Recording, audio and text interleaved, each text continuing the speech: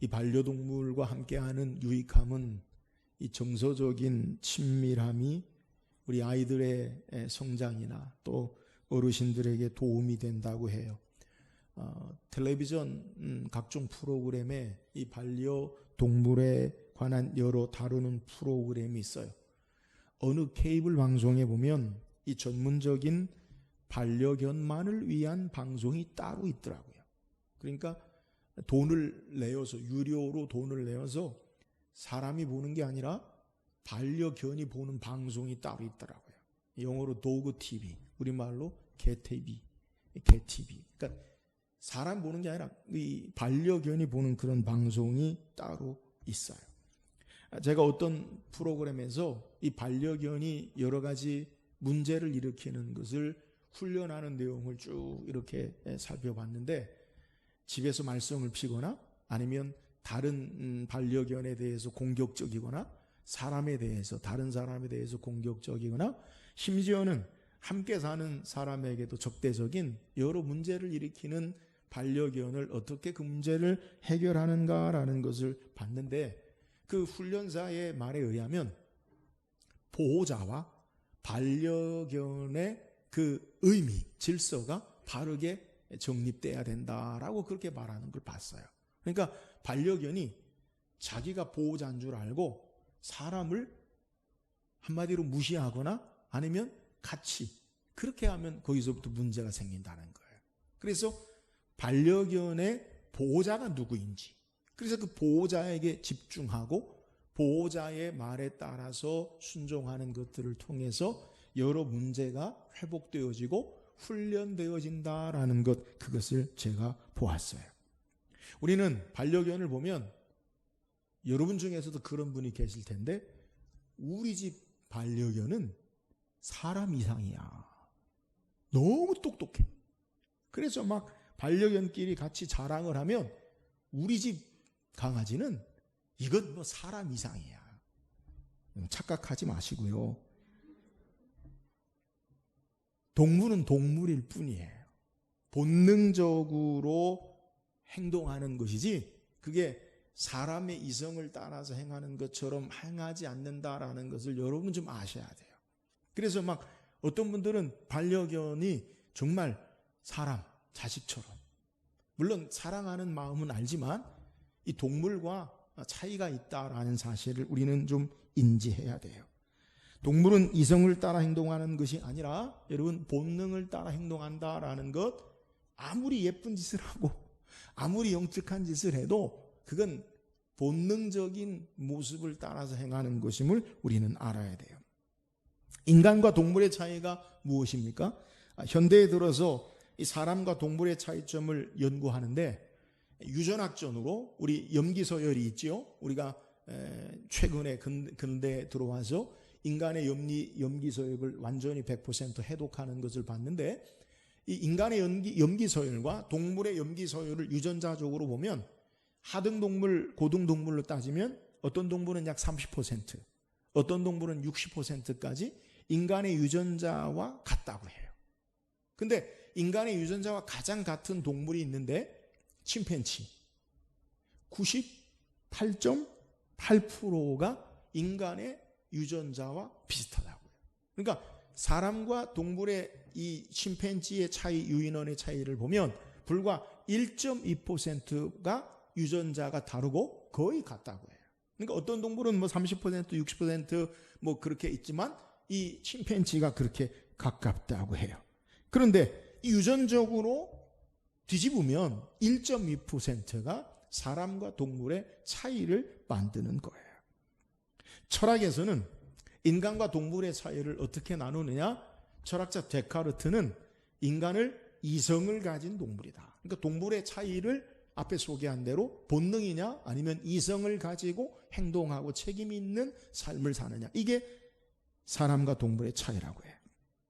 제가 찾아본 글 가운데 보면 사람과 동물의 차이를 이 세 가지로 나누어서 말하는 것을 제가 보았어요. 여러분에게 소개하면 도널드 조앤슨이라는 사람이 쓴 루시, 최초의 인류. 그래서 이 유인원 같은 그러한 모습을 통해서 사람과 동물이 어떤 차이가 있느냐라는 것을 써놓은 기록해 놓은 책에 보면 사람은 행동의 차이가 동물과 다르다.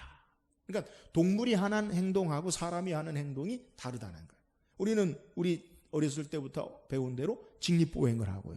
동물들은 네 발을 사용하죠.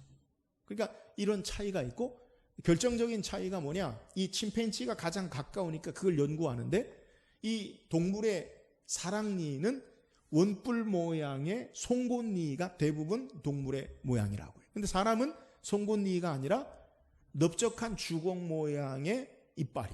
그래서 어떻게 행동하는 외형적인 차이가 바로 사람과 동물을 구별한다라고 그렇게 일반적으로 이야기하고, 두 번째는 이 정글북, 여러분 영화로도 아이들 정글북 있죠? 영화로도 나온 이 리디어드 키플링이라는 쓴 책에서 이 사람이 쓴 글에도 나오기를 사람과 동물의 차이를 구별하는데 오직 인간에게만 눈물이 있다라고 그렇게 이야기해요.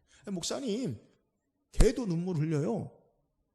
짐승도 눈물 흘려요. 근데 여러분 그 눈물은 인간의 감정의 승화, 감정의 표현의 눈물이 아니라 그냥 나오는 눈물이에요. 그러니까 인간의 감정의 눈물과는 차이가 있는 거라는, 오직 인간만이 자기 감정의 승화와 감정에 따라 울 수 있는 눈물을 가진 유일한 존재가 바로 인간이라는 거예요. 그러니까 동물과 인간의 차이는 눈물이 있느냐 없느냐 이 차이라는 거예요. 세 번째는 아리스토텔레스가 니코마쿠스 윤리학이라는 책에서 말한 대로 인간에게는 친밀한 정서, 친밀한 감정이 있다. 목사님, 동물도 자기 새끼하고 사랑 나눌 때는 아주 귀한데요. 그 친밀한 게 다른가요? 그건 차원이 다르다고요. 인간만이 친밀한 정서와 문화를 누리고 함께하는 모습, 그것은 사람과 동물의 차이다라고 그렇게 책에서 말하고 있어요.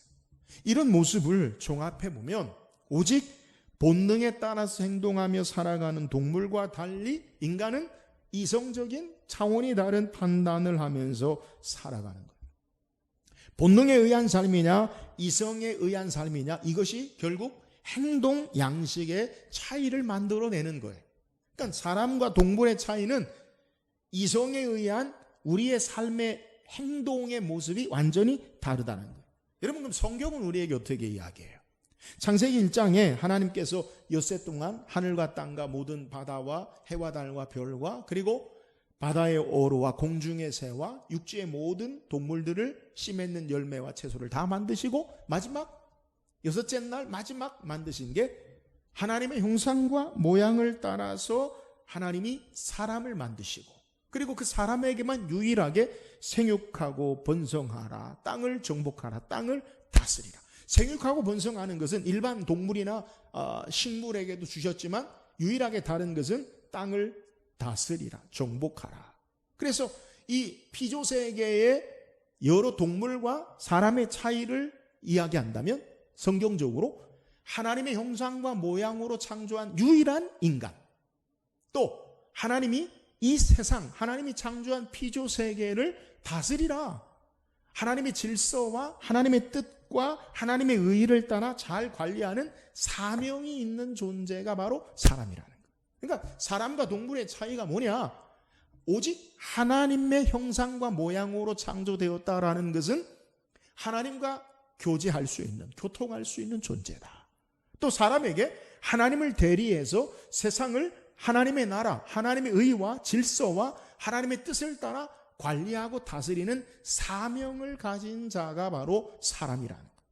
하나님과 교통하고 하나님의 사명을 감당하고 하나님의 나라를 이루는 삶이 바로 인간과 그리고 동물의 차이라는 것. 그런데 타락한 인간은 더 이상 하나님과 교제하는 삶을 살지 못해요. 죄로 말미암아 하나님과 단절되어지고, 또 하나님 나라, 하나님의 뜻을, 하나님의 의의를, 질서와 조화와 순종을 통해 하나님 나라를 잘 관리하는 사명을 잃어버리고 하나님 나라가 아니라 자기 나라를 세우고 파괴적인 자기 나라로 말미암아 삶의 고통으로 이루는 삶을 살게 된 것이 인간의 모습이에요. 하나님이 이런 인간을 내버려 두지 아니하시고 하나님의 창조의 목적과 회복된 삶을 통해서 구속의 역사로, 은혜로 하나님의 나라를 회복하시고 나가시는 것, 이것이 성경이 우리에게 보여주는 거예요. 그래서 인간은 타락한 인간의 본능의 삶을 사는 자가 아니라 하나님의 구속, 회복의 구원의 역사를 따라 참된 신앙을 따라 하나님의 나라를 이루며 살도록 하나님이 역사하시는 거예요. 그러므로 우리는 우리 인간이 어떤 존재인가, 이 사실을 바르게 이해하면, 창조의 목적을 바르게 이해하면 우리가 이 세상을 어떻게 살아야 하는지에 대해서 바르게 이해하고 살아갈 수 있다는 거예요. 오늘 우리가 예수 믿고 구원받은 신앙하는 삶의 목적이 무엇입니까? 내가 구원받은 것, 천국 가는 것, 이것이 신앙의 목적입니까? 아니면 우리가 행복하고 잘 먹고 잘 사는 것, 이것이 하나님이 우리를 구원하신 목적입니까? 우리는 성경을 통해 하나님께서 우리를 구원하신 목적을 바르게 이해해야 바른 신앙의 삶을 살 수 있어요. 저는 오늘 말씀을 통해서 하나님이 출애굽, 이스라엘 백성을 애굽의 종살이 가운데 구원하신 그 목적의 뜻을 우리가 묵상하면서 하나님이 우리를 구원하신 목적이 무엇인지 바르게 깨닫고 참된 구원받은 백성의 삶을 살기를 주의 이름으로 축원합니다. 오늘 함께 읽은 본문의 내용은 하나님께로 부름받은 모세와 아론이 이제 애굽의 바로 왕 앞에 나가서 하나님의 메시지, 하나님 말씀을 전하는 것을 오늘 성경이 우리에게 소개해요. 모세가 하나님의 말씀을 가지고 바로와의 첫 번째 만남을 소개해요. 물론 모세는 애굽의 공주의 아들 왕자로 40년 동안 바로의 궁전에서 살았기 때문에 지금 현재의 바로 왕을 만날 수 있었을 거예요. 근데 그는 이제 신분이 다른 광야에서 40년 동안 양을 치고 80세 모세로 이제 하나님의 사명을 가진 모세로 하나님의 사명을 맡은 자로 바로와의 첫 번째 만남을 성경이 우리에게 소개해요. 모세와 아론이 바로에게 하나님의 말씀을 전하죠. 무엇을 전합니까? 이스라엘 백성을 애굽에서 내보내라. 우리는 언뜻 들어도 이 장면과 내용이 내가 바로라도, 우리가 바로라도 얼토당토 않다, 이렇게 생각할 거예요. 성경의 내용도 마찬가지입니다. 바로는 우리가 예상하듯이 모세와 아론의 하나님의 메시지를 거부하고 그리고 반대하죠. 바로가 뭐라 이야기합니까? 여호와 하나님이 누구이기에 내가 그의 목소리를 듣고 이스라엘을 보내느냐. 하나님이 누구냐? 그래서 어떻게 이스라엘 백성을 하나님이 누군데 그 말을 듣고 보내냐. 또 하나는 나는 여호와를 알지도 못하고 이스라엘을 보내지도 않겠노라. 하나님이 누구냐? 그리고 나는 하나님을 모른다. 그러므로 나는 내 말대로 이스라엘 백성을 나는 절대 내보내지 않겠다. 모세가 재차 하나님의 말씀을 증거합니다. 혹시 전염병과 칼로 우리가 해를 입을 수 있을 거다. 그렇지만 바로는 우리말로, 속된 말로 콧등으로 듣고 눈도 깜짝하지 아니하고 그리고 너희가 게을러서, 너희가 배가 불러서. 그래서 우리가 읽지 않았지만 5절 이하 6절에 보면 이스라엘 백성이 노역을 하고 노동을 하는 가운데 건축업을 하는데 벽돌을 짓는데 벽돌을 세우고 건축을 하는데 필요한 벽돌에 들어가는 집을 주지 아니하고 너희가 그 재료를 더 수고해서 그 벽돌을 지어라. 노동의 강도를 배가 되게 하는 고통을 그들에게 하는 것을 성경이 우리에게 소개해요. 자, 오늘 성경의 내용의 핵심은 모세와 아론이 하나님 말씀을 바로에게 전하는 거예요. 뭐라고 전합니까? 자, 1절 다시 우리 같이 읽어봅시다. 1절입니다. 시작. 그 후에 모세와 아론이 바로에게 가서 이르되 이스라엘의 하나님 여호와께서 이렇게 말씀하시기를 내 백성을 보내라. 그러면 그들이 광야에서 내 앞에 절기를 지킬 것이니라 하셨나이다. 자, 모세와 아론이 바로에게 하나님 말씀을 전하죠. 하나님 말씀을 전해요. 그러면 바로에게 전한 하나님 말씀이 뭐예요? 이스라엘의 하나님 여호와께서 이렇게 말씀하신다. 뭐라고요? 내 백성을 보내라. 그러니까 모세와 아론이 전한 이스라엘의 하나님 여호와께서 바로에게 전하는 메시지가 뭐예요? 첫 번째, 내 백성을 보내라라는 거예요. 여러분, 지금 누구의 백성을 보내라고 말합니까? 이스라엘의 하나님 여호와의 백성을 보내라라고 모세와 아론이 전하고 있어요. 그런데 지금 이스라엘 백성은 누구의 백성으로 지금 애굽에 살고 있습니까? 바로의 백성으로 살아요. 바로의 종으로 살아요. 바로는 이스라엘 백성을, 지금 애굽에 살고 있는 이스라엘 백성을 자기 종으로, 자기 소유로, 자기 명령에 의해서, 자기 권위에 의해서 그들을 노역에 동원하는 종으로 그렇게 여기고 살고 있음을 우리에게 소개하는 거예요. 오늘 우리가 읽은 본문 3절에도 다시 모세와 아론이 말하기를, 그들이 이르되 히브리인의 하나님이, 이스라엘을 뭐라고 소개하냐면 히브리인이라고 소개해. 근데 히브리인은 어떤 자들이냐? 주전 12세기에 애굽, 이집트에서 가장 하층 노동민, 노역을 하는 자들을 히브리라고 사용한다는 거예요. 그러니까 지금 이스라엘이 어떤 자들이냐? 애굽의 바로의 밑에 가장 힘든 노동을 하는 하층민. 그래서 우리가 읽지 않았지만 6절 이하에 바로의 명령에 의해서 더 큰 노동이 증가되는 것을 그대로 행할 수밖에 없는, 바로의 명에 의해서, 바로의 권위에 의해서, 바로의 다스림에 의해서 살고 있는 것이 현실인 히브리인 이스라엘 백성의 모습이라는 거예요. 그런데 오늘 이 바로의 종, 바로의 권위, 바로의 말에 노역하고 있는 이스라엘 백성을 오늘 성경이 뭐라고 이야기하느냐? 이스라엘 하나님 여호와께서 말씀하시기를 내 백성을 보내라. 여러분, 지금 바로의 종으로, 바로의 권위와 바로의 명령 앞에 고된 노동을 하는 이스라엘 백성을 하나님이 내 백성이 아니라 내 백성이다, 하나님의 백성으로 그들을 보내라라고 말하고 있는 거예요. 성경에서 하나님의 백성의 의미가 처음 기록되고 사용된 것이 바로 출애굽기예요. 우리가 출애굽기 전에는 창세기에 하나님의 구원의 역사가, 하나님의 역사가 소개되는데, 창세기에서는 하나님의 백성의 개념이 없고 한 사람, 그리고 한 가족을 부르시고, 이제 출애굽기에서 처음으로 하나님의 백성의 의미를 우리에게 소개하고 있어요.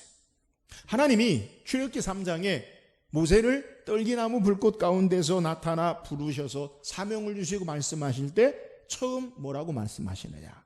출애굽기 3장 6절에서 7절까지 보니까, 또 이르시되 나는 내 조상의 하나님이니 아브라함의 하나님, 이삭의 하나님, 야곱의 하나님이니라. 모세가 하나님 뵙기를 얼굴을 가리매 두려워하여 얼굴을 가리매, 여호와께서 이르시되 나는 내가 애굽에 있는 내 백성의 고통을 분명히 보고 그들의 감독자로 말미암아 부르짖음을 듣고 그 근심을 알고라고 소개하고 있어요. 그러니까 하나님께서 모세를 부르시면서 처음 사용하신 단어가 내 조상의 하나님, 아브라함의 하나님, 이삭의 하나님, 야곱의 하나님이니라 라고 말씀하시고, 내가 애굽에 있는 내 백성의 고통을 분명히 보고라고 말씀하고 있다는 거예요. 여러분, 출애굽기에 소개되고 있는 내 백성의 의미가 뭐냐? 모세를 부르실 때 내 조상 아브라함에게 약속하신 하나님께서, 이삭에게 약속하신 하나님께서, 야곱에게 약속하신 하나님의 말씀을 따라서 일하시고 역사하신 자들이 바로 내 백성이다라는 것을 이야기하는 거예요. 그러니까 하나님 백성은 그냥 처음부터 뚝 떨어진 게 아니라 아브라함에게서부터 이삭과 야곱에게 약속하신 그 말씀을 따라 되어진 백성, 이것을 하나님 백성이라고 부른다는 거예요. 여러분, 그게 뭐예요? 창세기 12장에 하나님이 아브라함을 부르실 때 뭐라 말씀하시냐면, 창세기 12장 2절 3절에 내가 너로 큰 민족을 이루고 내게 복을 주어 내 이름을 창대하게 하리니 너를 축복하는 자에게는 내가 복을 내리고 너를 저주하는 자에게는 내가 저주하리니 땅의 모든 족속이 너로 말미암아 복을 받을 것이니라 하신지라. 여러분, 이 말씀대로 하나님은 아브라함을 통해 큰 민족을 이루고 땅의 모든 족속에게 복을 주시기 위해서 아브라함을 부르시고 그의 후손들 하나님의 백성 삼으신 것을 우리에게 소개해요. 이 약속은 아브라함이 낳은 이삭에게, 이삭에서 야곱에게 증거되고, 야곱 시대에 어떤 일이 벌어집니까?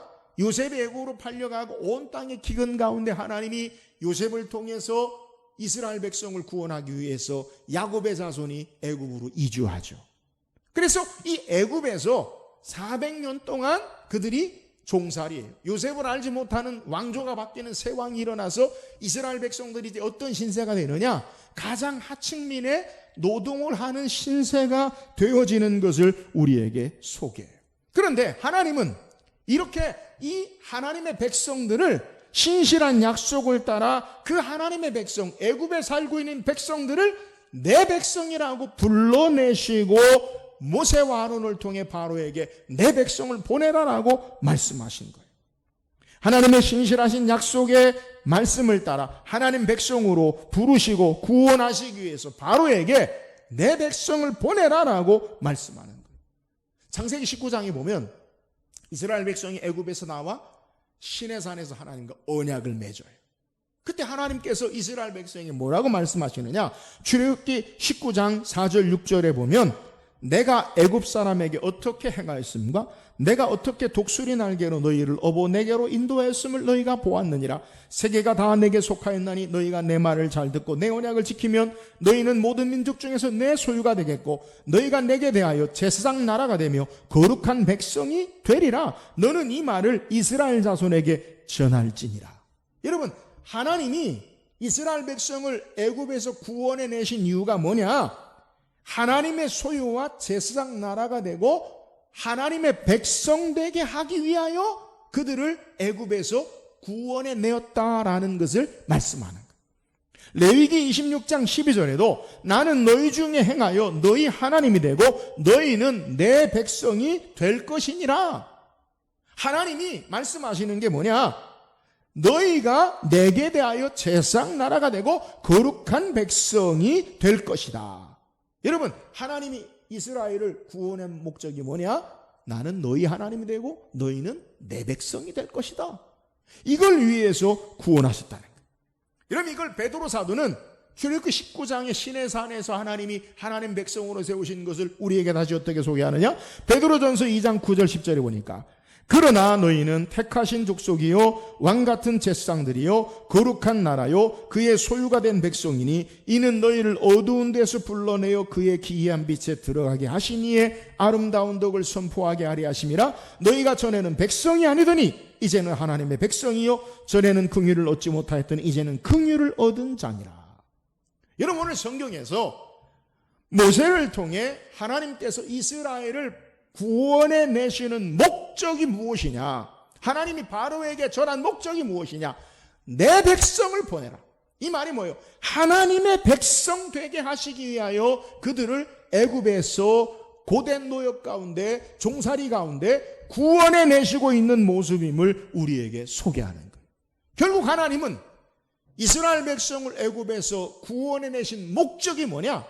하나님의 백성 되게 하시기 위함이다.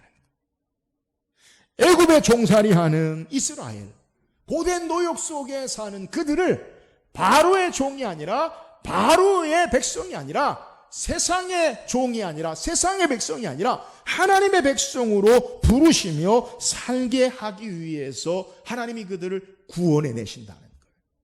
여러분, 오늘 예수 그리스도로 말미암아 우리를 하나님의 자녀 삼으신 것은 하나님의 백성 되게 하심인 것을 믿으시기를 주의 이름으로 축원합니다. 문제는 우리는 바로의 종으로 사느냐? 하나님 백성으로 살아가느냐? 오늘 여러분은 바로의 종으로 살아가십니까? 하나님 백성으로 살아가십니까? 여러분, 종이 뭐예요? 종이라는 것은 무엇에 매여 있는 삶이 종이에요. 주인에 매여 있어요. 주인의 명령에 매여 있어요. 종은 매여 있는 삶이에요. 우리가 세상에 사는 동안에 돈에 매여 있으면 돈의 종이 되고요. 권력에 매여 있으면 권력의 종이 되고요. 사람에 매여 있으면 사람의 종이 돼요. 종은 무언가 매여 있는 삶이에요. 그런데 하나님은 이 매여 있는 종살이하는 우리를 애굽에서 건지시고 사탄의 세상의 종으로 탄 우리를 세상 가운데서 그리스도로 말미암아 건지셔서 자유자 되게 하시고 하나님의 백성, 하나님의 자녀 되게 하신 것을 믿으시기를 주의 이름으로 축원합니다. 그러면 하나님 백성으로 사는 게 뭐예요? 우리는 어떤 것에도 매이지 아니하는 삶을 살아야 돼요. 예수님 우리에게 말씀하시기를 너희가 진리를 알지니 진리가 너희를 자유케 하리라. 예수 그리스도로 말미암아 어떤 것에도 매이지 않아요. 여러분, 세상에 매이지 아니하고 하나님의 종으로 사는 자는 세상의 어떤 것도 묶을 수 없어요. 사망이나 죽음이나 권세나 칼이나 질병이나 어떤 것도 우리를 그리스도의 사랑에서 끊을 수 없고, 우리는 하나님의 종으로, 하나님의 백성으로 자유함을 누리며 살 수 있어요. 그러나 하나님의 백성으로 살지 않으면 세상의 모든 것에 매여 사는 자가 되어짐을 우리에게 소개하는 거예요. 우리를 구원하신 출애굽 하나님 백성 삼으신 이 구원의 역사를 바로 알면 우리는 삶이 달라져요. 종으로 살지 않아요. 매여 살지 않아요. 여러분, 무엇이 우리를 묶습니까? 코로나19가 우리를 묶습니까? 세상의 돈이 우리를 묶습니까? 사람이 우리를 묶습니까? 권력이 우리를 묶습니까? 하나님의 자녀는 어떤 것으로도 매이고 묶이지 아니하고 하나님의 백성으로 자유함을 누리며 사는 줄 믿으시기를 주의 이름으로 축원합니다. 세상의 종이나 바로의 종이 아닌 하나님의 백성으로 사는 저와 여러분 되기를 주의 이름으로 축원합니다. 그렇다면 하나님 백성으로 살아가는 게 뭐예요? 오늘 하나님이 하나님 백성으로 어떻게 살아야 하는지를, 내 백성이라는 의미의 뜻을 알면 우리가 하나님 백성으로 사는 게 무엇인지 이해할 수 있어요. 하나님 백성으로 사는 게 뭐예요? 앞서 출애굽기 19장에 하나님이 이스라엘 백성과 하나님 백성으로 사는 언약을 맺을 때 뭐라고 말씀하시냐면, 출애굽기 19장 5절에 보면 세계가 다 내게 속하였나니 너희가 내 말을 잘 듣고 내 언약을 지키면 너희는 모든 민족 중에서 내 소유가 되겠고. 하나님 백성의 의미가 뭐냐? 너희가 내 소유가 된다라고 말씀하는 거예요. 여기서 말씀하는 소유라는 말은 히브리어로, 이건 좀 우리가 기억할 필요가 있어요. 한번 따라해 봅시다. 세굴라. 이게 소유라는 거예요. 근데 이 의미가 뭐냐? 가장 보배로운 것, 가장 귀중한 보배, 보물, 이걸요 세굴라라고 이야기해요. 그래서 대부분 이 세굴라를 성경의 용례를 보면 왕에게 가장 귀한 걸 바칠 때, 금은 보화를 바칠 때 이 세굴라라는 단어를 사용해요. 오늘 성경에 하나님께서 우리를 어떻게 하나님 백성 삼으시냐? 내 소유가 되겠고 하나님의 가장 보배로운 존재를 우리를 삼으시는 것이 하나님의 백성의 의미라는 거예요. 근데 그 하나님이 어떤 하나님입니까? 오늘 성경에 출애굽기 19장 5절에 세계가 다 내게 속하였나니 너희가 내 말을 잘 듣고. 여러분, 온 피조 세계가 다 누구에게 속하였다고요? 하나님께. 우리를 가장 보배롭고 귀중한 존재로 여기신 하나님은 어떤 분이냐?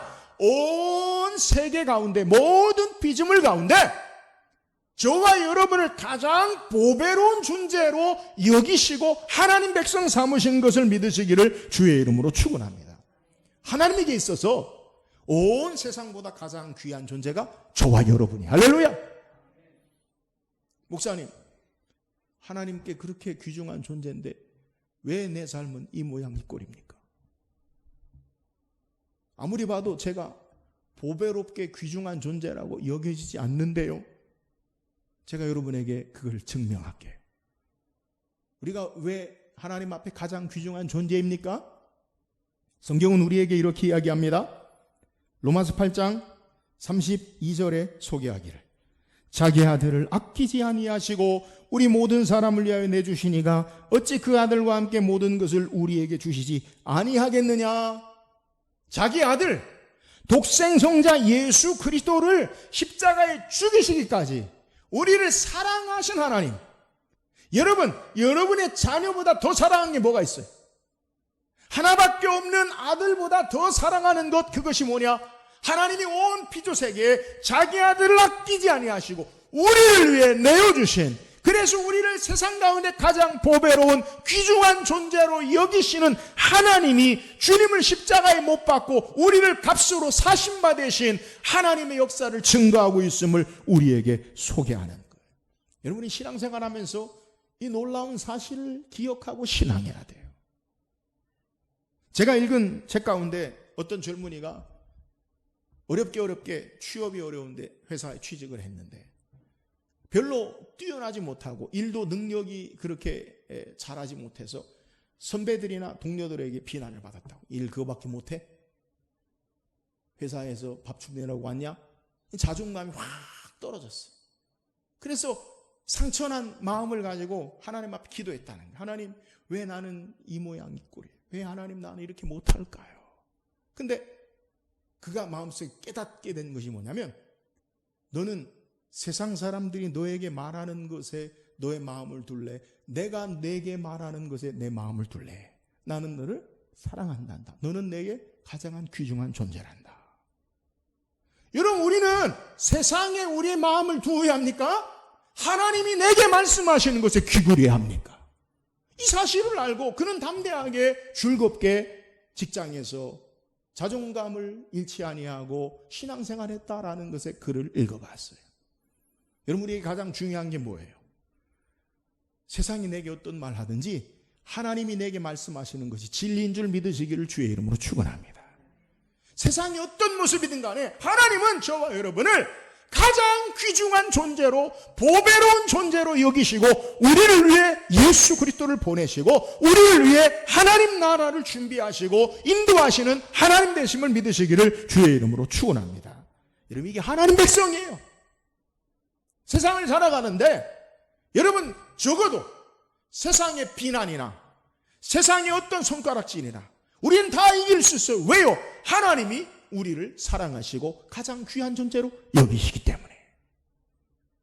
하나님 우리를 가장 보배로운 존재로 여기시고 가장 귀한 존재로 우리를 그의 소유로 여기시는 그 하나님의 놀라운 역사하심 앞에 이 땅에 어떤 어려움을 만나도 용기 있게 담대하게 믿음으로 승리하며 하나님 의지하며 사는 저와 여러분 되기를 주의 이름으로 축원합니다. 하나님 백성은 하나님이 가장 귀히 여기는 존재예요. 그것이 바로 저와 여러분이에요.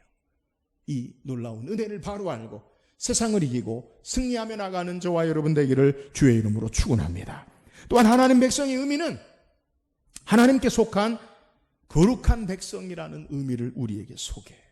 여러분, 이 거룩한 백성이 뭐냐? 거룩한 것은 하나님께로 구별된 것, 하나님께 속한 것을 거룩하다라고 이야기하고 하나님의 성품을 거룩하다고 해요. 그래서 이사야 선지자가 성전에서 높이 들린 보좌 위에 하나님을 배웠죠. 그런데 천사들이 스랍들이 뭐라고 해요? 거룩하다, 거룩하다, 거룩하다. 우리 하나님은 거룩하신 하나님. 거룩하다라는 의미, 카도시라고 하는데 구별되다, 하나님께 속하다. 여러분, 거룩한 하나님의 백성은 거룩한 백성인데 세상으로부터 하나님께로 구별된 분리된 자들인 것을 성경이 우리에게 소개해요. 오늘 하나님이 하나님 백성 삼으시기 위해서 모세와 아론을 이스라엘 백성을 구원하게 바로에게 보낸 것은 애굽의 종로로 타는 자들이 아니라 죄의 종로로 타며 사는 자들이 아니라 하나님께로 구별된 하나님께 속한 자들을 하나님이 내 백성 삼으시기 위해서 애굽에서 구원하신 거예요. 여러분, 구원의 목적이 바로 여기 있어요. 하나님의 백성으로 산다는 것은 이제 바로의 종이 아니라 하나님 백성으로 구별된 삶을 사는 자, 하나님께 속한 자로 사는 자들임을 믿으시기를 주의 이름으로 축원합니다. 이스라엘은 더 이상 하나님의 백성으로 살기 때문에 압제와 고통 가운데 살지 않아요. 매여 살지 않아요. 이방신을 섬기지 않아요. 죄악을 따라 살지 않아요. 여러분, 이스라엘을 하나님이 구원하셔서 어디로 데리고 가느냐? 광야로 데리고 가요. 광야가 어떤 곳입니까? 말 그대로 사막이. 애굽의 화려한 문화와 문명 가운데 살던 이스라엘 백성이 이제 아무것도 없는 호허벌판 사막에서 살게 돼요. 왜요? 보이는 세상의 것으로 살지 아니하고 아무것도 없지만 그들을 먹이시고 입히시는 하나님 의지하며 살도록, 하나님으로 살도록, 하나님께로 구별된 자로 살도록 하나님께서 역사하시는 거예요. 오늘 구원의 목적이 바로 여기 있어요. 세상의 종로 타며 세상에 매여 사는 자들이 아니라, 죄로 말미암은 영원한 진노와 형벌 가운데 사는 자들이 아니라 하나님의 축복의 상속자로 하나님께로 구별된 자로 살도록 하나님이 우리를 부르신 거예요. 그래서 교회의 의미도 바로 헬라의 의미가 뭐냐면 우리를 밖으로부터 불러내다. 에크라는 말과 칼레오라는 말 합쳐서 에클레시아, 교회인데 에크라는 말은 어디로부터, 무엇으로부터, 또 칼레오, 불러내다. 우리를 세상으로부터 하나님 백성으로 불러낸 것, 이게 바로 교회요, 하나님 백성이요, 구원받은 목적임을 우리에게 소개하는 것. 사랑하는 여러분, 하나님 백성으로, 하나님께 속한 자로, 거룩한 하나님 백성으로 사는 구별된 자로 살기를 주의 이름으로 축원합니다. 또한 거룩함이라는 것, 말 그대로 하나님의 성품을 의미해요. 거룩하다, 거룩하다, 거룩하다. 하나님은 거룩하신 하나님. 하나님이 우리를 구원하신 목적이 뭐냐? 그것은 하나님을 닮은 거룩한 하나님 백성으로 살게 하기 위해서 우리를 구원하신 것을 성경이 우리에게 소개하는 거예요. 세상을 닮고 마귀를 닮고 세상의 것으로 사는 자들이 아니라 하나님의 성품을 닮아 하나님을 닮은 거룩한 존재로 살도록 하나님께서 우리를 구원하시고 건지신 거예요. 여러분, 하나님이 우리에게 원하시는 것이 있어요. 우리가 신앙생활하면서 우리가 하나님께로 원하는 게 있고요, 하나님 우리에게 원하시는 게 있어요. 여러분이 어떤 삶을 살아야 돼요? 내가 원하는 삶을 따라 사는 게 신앙이 아니라 하나님이 원하시는 삶을 사는 것, 이게 바른 신앙인 줄 믿으시기를 주의 이름으로 축원합니다. 하나님이 우리에게 원하시는 게 뭐예요? 거룩한 자로 사는 것. 데살로니가전서 4장 2절 3절에 보면 우리 주 예수로 말미암아 너희에게 무슨 명령으로 준 것을 너희가 아느니라. 하나님의 뜻은 이것이니 너희의 거룩함이라 곧 음란을 버리고. 하나님 뜻이 뭐예요? 거룩함. 하나님 닮은 자, 하나님의 성품을 닮은 거룩한 백성으로 사는 것, 이것이 하나님이 우리를 다루시는 선한 역사예요. 여러분, 우리의 삶을 우리가 살아가면서 이해해야 될 것이 뭐냐? 나에게 고통이나 고난이나 삶의 문제와 어려운 일들이 왜 우리에게 있느냐? 하나님 우리의 모든 삶을 주관하고 섭리하시는데 내게 왜 이런 문제가 있느냐? 여러분, 하나님 우리를 잘 먹고 잘 살고 우리의 원하는 바를 이루는 삶이 아니라 하나님의 거룩한 백성으로 살게 하시기 위해 우리를 다루심을 믿으시기를 주의 이름으로 축원합니다. 초점을 바르게 맞춰야 돼요. 하나님을 닮은 거룩한 백성으로 살기를 원하십니다. 내가 원하는 대로 사는 것으로 하나님은 우리를 내버려 두는 게 아니라 하나님을 닮은 거룩한 백성으로 살도록 우리의 삶을 인도하시고 역사하시는 거예요. 그래서 우리는요, 세상의 것으로 사는 자들이 아니에요. 땅의 소망으로 사는 자들이 아니에요. 바울은 우리에게 빌립보 3장 20절에 그러나 우리의 시민권은 하늘에 있는지라 거기로부터 구원하는 자 곧 주 예수 그리스도를 기다리노니. 우리의 시민권은, 우리의 권리, 우리의 삶의 모든 권리는 하나님 나라에 있어요. 할렐루야. 땅의 것으로 사는 자들이 아니라, 땅에 살지만 땅에 속한 자가 아니라 하늘에 속한 자, 영원한 하나님 나라, 그분과 더불어 하나님의 모습을 닮은 자로 거룩한 백성으로 사는 것, 그것이 하나님 우리를 구원하셔서 인도하시는 목적이라는 것. 삶의 방향이, 여러분 어디에 관심이 있어요? 하나님의 거룩하심을 닮아지는 영원한 하나님 나라의 그 삶으로 우리의 초점이 맞춰지고 살아갈 수 있는 저와 여러분 되기를 주의 이름으로 축원합니다. 그러면 삶이 이해가 돼요. 내게 아픔도 이해가 돼요. 고통도 이해가 돼요. 질병도 이해가 돼요. 여러분, 그건 아무 문제가 되지 않아요. 거룩한 하나님 백성으로 우리의 삶을 인도하시는 그 은혜 앞에 감사하며 살 수 있는 것을 우리에게 소개하는 거예요. 죄의 종로로 타고 마귀의 종로로 타는 자들이 아니에요. 우리는 누구를 닮아야 합니까? 하나님 아버지를 닮은 거룩한 백성으로 살아야 돼요. 하나님의 백성, 이것이 거룩한 백성의 삶의 모습이요, 은혜요, 특권임을 바로 알고 이 땅에 하나님의 거룩한 백성, 하나님 백성으로 사는 저와 여러분 되기를 주의 이름으로 축원합니다.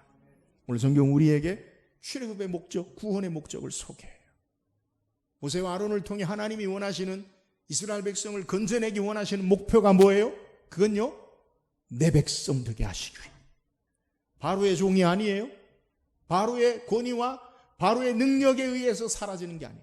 세상의 죄와 세상의 종로로 타는 삶이 아니라 하나님의 백성으로 살기를 원하세요. 여러분, 세상에 우리는 어떤 것으로도 매일 수 없어요. 오직 하나님으로, 하나님 백성으로 사는 자들이. 여러분, 하나님 백성으로 세상의 어떤 것에 매이고 묶이지 아니하고 하나님의 거룩한 백성, 하나님의 자녀로 살기를 주의 이름으로 축원합니다. 하나님 백성의 삶의 모습이 뭐예요? 그건 하나님께 속한 자로, 구별된 자로 사는 것. 오늘 하나님 우리에게 거룩함을 원하셔요. 하나님께 속한 자로 살기를 원하세요. 거룩하신 하나님을 닮은 자로 살기를 원하세요. 이 땅을 살아가는 동안에 우리의 삶이 날마다 하나님께 속한 자, 구별된 자로 하나님 아버지를 닮은 거룩한 백성으로 이 땅을 살아가므로 영원한 하나님 나라의 참된 하나님의 자녀로 이 땅에 승리하며 사는 우리 모든 성도 되기를 주의 이름으로 축원합니다.